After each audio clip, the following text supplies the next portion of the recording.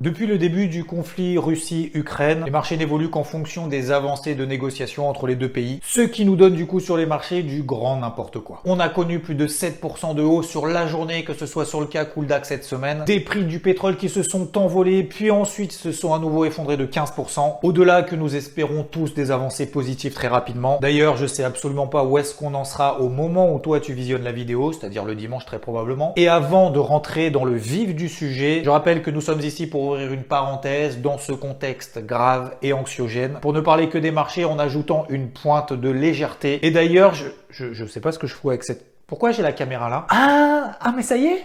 Ça y est, on a changé?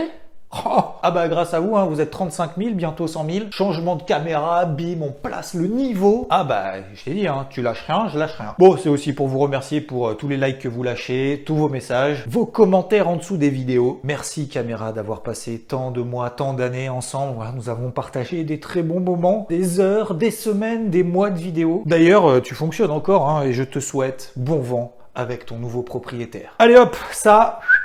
Non, je déconne.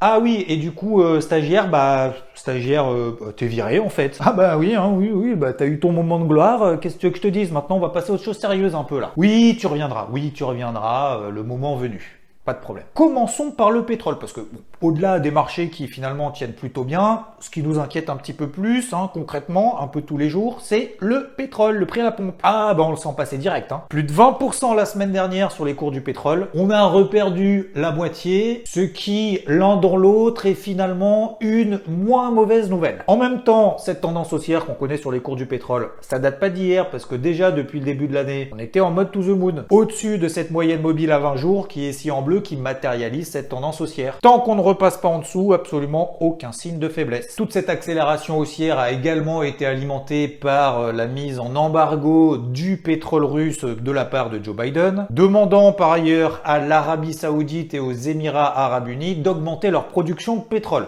Voilà. Ils sont en train de réfléchir et de poser la question éventuellement. En tout cas, les prix à la pompe en France explosent. Ça, je pense que tout le monde a l'information. Malgré que le pétrole brut de Russie ne représente que 13% des importations de la France. Oui, je précise bien brut, parce que concernant le gasoil, ça représente 25%. Pour l'Union européenne, c'est beaucoup plus conséquent. C'est 30% des importations de pétrole brut. Alors, pour autant, il n'y a pas d'embargo hein, de l'Europe vis-à-vis du pétrole russe, en tout cas pour le moment. Mais disons que du côté des compagnies pétrolières, il y a plutôt une tendance officieuse à éviter les importations de pétrole russe. En tout cas, de la part de leurs traders. Même si cette semaine, les tensions sur les cours du pétrole, on a l'impression que c'est en train de se calmer. Contrairement d'ailleurs à ce que beaucoup avaient prédit, alors que les cours du pétrole, on était à 130 $ le baril, ils étaient tous là en train de viser « Ah, bah c'est sûr, on va aller à 200 ». Bon. Il y a un juste milieu à avoir. Voilà. Cette tension sur les cours du pétrole, c'est pas fini. Les marchés cette semaine, eux, étaient attentifs au discours de Christine Lagarde. Au bout d'un quart d'heure de discours et 3 quarts d'heure de questions-réponses.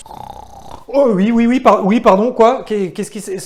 Quoi? Comme prévu, c'était comme prévu. Oui, pas de surprise. Conforme au consensus, dis donc. J'ai failli me... Non, je me suis pas un peu assoupi là?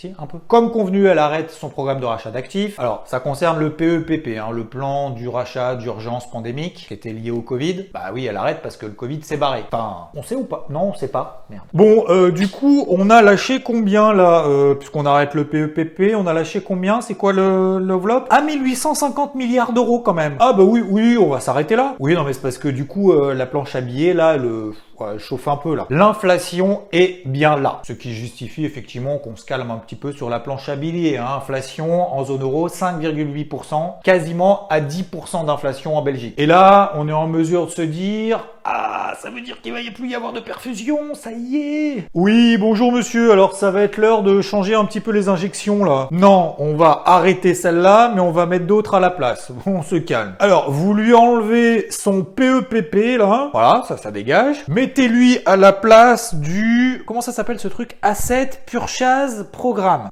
Ouais, bon, mettez-lui du APP, on s'en fout de comment ça s'appelle, et vous lui doublez la dose. Voilà, 40 milliards pour le mois d'avril, c'est très bien. Après, on réduit un petit peu. 30 milliards après au mois de mai, 20 milliards au mois de juin et après on verra. On verra pour lui enlever vraiment définitivement un jour, on changera simplement les noms et puis comme ça les mecs ils croiront que en fait on a rien à battre d'imprimer des billets, non?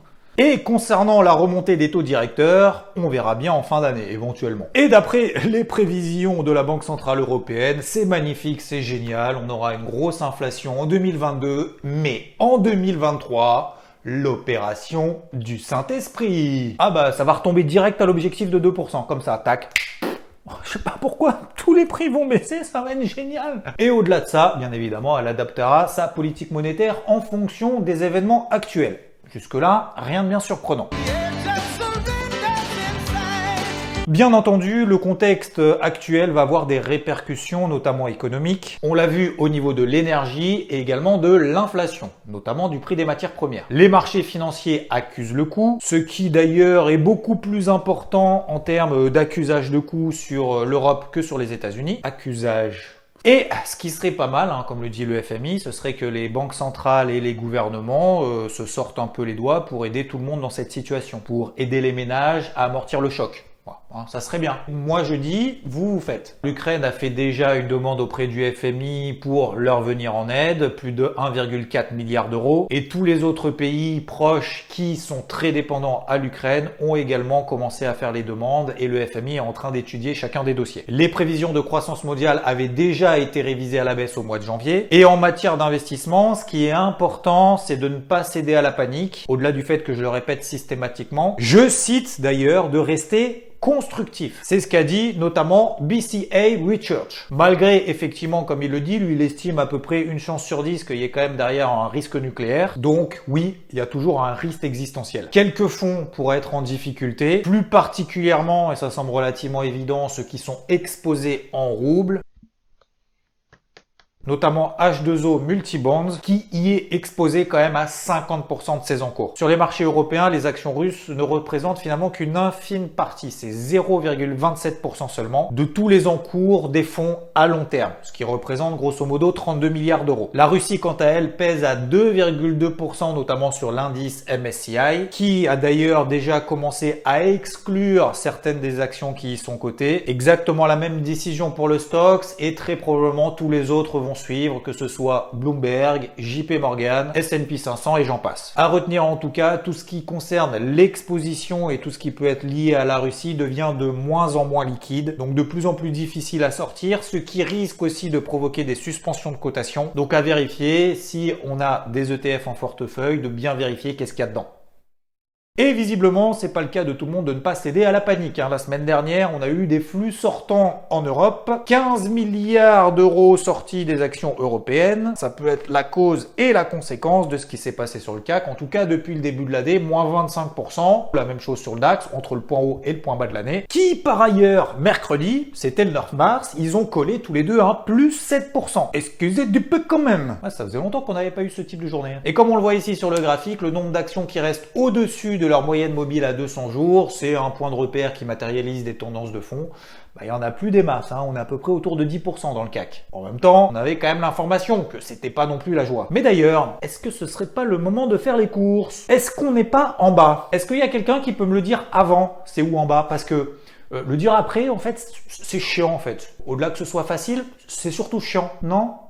Bon, on va se démerder alors. Et c'est d'ailleurs justement la raison pour laquelle le CAC, la semaine avant, était passé de 6400 points à 5008. Et cette semaine, on est passé de 5008 à 6004. On a fait le chemin inverse. C'est que d'un côté, on a cette prudence de se dire effectivement, c'est grave et ça peut empirer, ça peut avoir des conséquences beaucoup plus graves, etc. Bref, on sait pas ce qui peut se passer demain. Et de l'autre côté, de se dire, c'est peut-être en bas, c'est peut-être l'opportunité de rentrer parce que quand même, le marché a perdu 25% là. Parce que si on attend que ça rebondisse de 10%, voire 15%, tu passes pour un bouffon, un mouton, un FOMO quoi. Un mec qui sait pas gérer ses émotions. Bon, sinon, je t'en parlais la semaine dernière de cette élastique qui était en train de se tendre, notamment sur les indices européens, alors qu'aux États-Unis, il était beaucoup moins tendu. Le fait cette semaine qu'on ait l'impression qu'il y ait quand même des tentatives d'avancée de négociation, l'élastique s'est beaucoup plus détendu en Europe, raison pour laquelle les indices européens ont gagné 7%, alors qu'aux États-Unis, finalement, sur la semaine, on est quasiment flat. Ce qui d'ailleurs était beaucoup plus difficile cette semaine d'attraper les signaux acheteurs sur les indices américains que sur les indices européens, ce qui m'a valu notamment lundi un stop loss perdant sur l'indice Dow Jones. Et au-delà d'ailleurs de rester optimiste, et d'ailleurs c'est tout à fait ton droit et tu dois avoir ton avis là-dessus concernant la suite ou concernant l'instant présent, est-ce qu'il faut être optimiste ou pessimiste, mais ce sur quoi j'insiste vraiment, c'est de ne pas faire la girouette toutes les 5 minutes, toutes les heures, parce que ça peut être dramatique sur les marchés dans la période actuelle. En essayant d'attraper le mouvement soi-disant, ça y est, qui va déclencher quelque chose à moyen terme, alors qu'en fait on n'en sait absolument rien, c'est le principe même d'une lessiveuse, c'est-à-dire lessiver ceux qui réagissent en fonction de leur émotion, notamment ceux qui font de l'effet de levier. Là par contre, tu fais de l'effet de levier, c'est bam, direct dans ta gueule. Ah bah au moins, tu comprends rapidement là normalement. Allez, on short les gars, vas-y levier. Putain merde, on vient de prendre 7% en 3 minutes. Oh là là, bah dis donc, non mais en fait c'était pas une bonne idée. Ah c'est trop tard. Ah bon, bah compte cramé. Bon bah écoute, on reviendra l'année prochaine. Vaut mieux clairement dans ce type de contexte se planter avec un plan défini en amont que d'y aller au pif systématiquement, parce que le jour où ça part pas dans ton sens, bah le problème c'est que tu sais plus quoi faire puisque tu as agi par émotivité, donc forcément tu vas clôturer ta position par émotivité. Ça sera beaucoup plus difficile d'ailleurs de la clôturer en perte par émotivité, et finalement la position initiale va se transformer en conviction, et cette conviction va se transformer en position qu'on ne saura plus gérer demain. Concernant le reste, j'ai sorti l'intégralité de ma position sur le silver, sur cette grosse zone de résistance des fins de 6,50 $. Pourquoi avoir tout sauté? Bah tout simplement parce que c'était mon plan. D'acheter en bas de cette zone mensuelle, de la travailler pendant plusieurs mois, pendant plusieurs semaines, et ce de manière acharnée et non-stop, pour viser cette zone de résistance. Est-ce que c'est de la chance, de la réussite? Je dirais plutôt persévérance, travail, après des mois de boulot, des dizaines de renforts, des difficultés, des remontées, des retombées. Bref, c'est une page qui se tourne et j'y retournerai très probablement bientôt. Pour le moment, c'est pas prévu. Et oui, parce que j'ai changé de plan et je travaille maintenant l'euro-dollar. Ça y est, c'est parti, notamment sur cette grosse zone mensuelle, entre 1,04 et 1,07. Bon, même si on est effectivement encore un peu au-dessus, j'ai commencé à le travailler à l'achat, notamment autour des 1,09 $. Plan d'ailleurs que j'ai appelé au passage #Team007 en référence à cette zone des 1,07 sur l'euro-dollar. Voilà. Première réaction positive, pour le moment on s'enflamme pas, ça prendra très probablement des semaines voire des mois. Le taux à 10 ans aux États-Unis lui remonte au-delà des 2%, ce qui pèse donc un petit peu plus sur les indices américains. Côté crypto, c'est à peu près la même girouette qu'on connaît sur les marchés traditionnels et plus particulièrement les indices. Avec cet échec de la capitalisation totale à passer cette foutue MM50 ici en rouge, c'est combien de fois que tu échoues là sur cette MM50? Ça fait quoi? X fois. Donc on est toujours coincé entre les deux bornes de ce range. Donc là encore une fois c'est la capitalisation totale. Dans ce type de contexte, attention à l'impatience et à bien définir ces zones d'intervention en amont. Le Bitcoin, même processus, on est autour des 40 000 $, 44, 45 au-dessus de la tête, 35 en dessous, en tout cas au moment où je tourne cette vidéo. Même chose pour l'Ethereum. Il y a toujours les cryptos surperformantes du moment. Si tu veux en savoir plus, tout est dans la vidéo de mercredi, le fameux crypto hebdo. Et oui, ça bosse quand même un peu la semaine aussi. Pas là que le dimanche à 10 h. Pour ne parler encore une fois que des marchés, c'est une période difficile pour tout le monde. Je pense qu'il faut avoir l'humilité de le reconnaître. Alors si tu en fais partie, courage. Dis-toi bien que c'est la même chose pour la majorité des personnes qui interviennent sur le marché en ce moment. Pour autant, je me considère quand même avoir un minimum d'expérience pour intervenir sur le marché depuis quand même déjà quelques années. C'est loin d'être évident. Là, on est dans un contexte plutôt défensif. L'objectif, c'est déjà de perdre le moins possible, continuer à travailler sur des tailles de position réduites pour pouvoir mettre des invalidations un peu plus lointaines parce que ça bouge énormément, et d'essayer de continuer à travailler comme ça de manière positive, constructive sur quelques opportunités ici et là. Mais encore une fois, on est plus dans une phase défensive qu'offensive. Donc c'est pour ça que je suis peut-être bien sorti sur le silver, je suis peut-être bien rentré sur l'euro-dollar. J'ai trouvé par ailleurs la gestion des indices américains cette semaine très compliquée, contrairement d'ailleurs à la semaine passée. Je m'en sors en toute honnêteté en petite perte sur les indices américains. Les cryptos restent calmes même si je reste optimiste, et tous les jours, faut essayer de trouver les plus fortes. Et globalement sur les marchés, ça va être encore très probablement beaucoup de lessiveuses. Respectons les plans malgré les variations, diminuons la taille des positions, élargissons les niveaux d'invalidation. En tout cas, c'est une période très formatrice sur les marchés en termes de psychologie et de gestion de ses émotions. Le but étant d'en sortir grandi et justement pas diminuer. Merci pour vos likes, vous pouvez les éclater. Ciao! Il est content, voilà. Vous lui avez dit merci stagiaire, nana, il est content.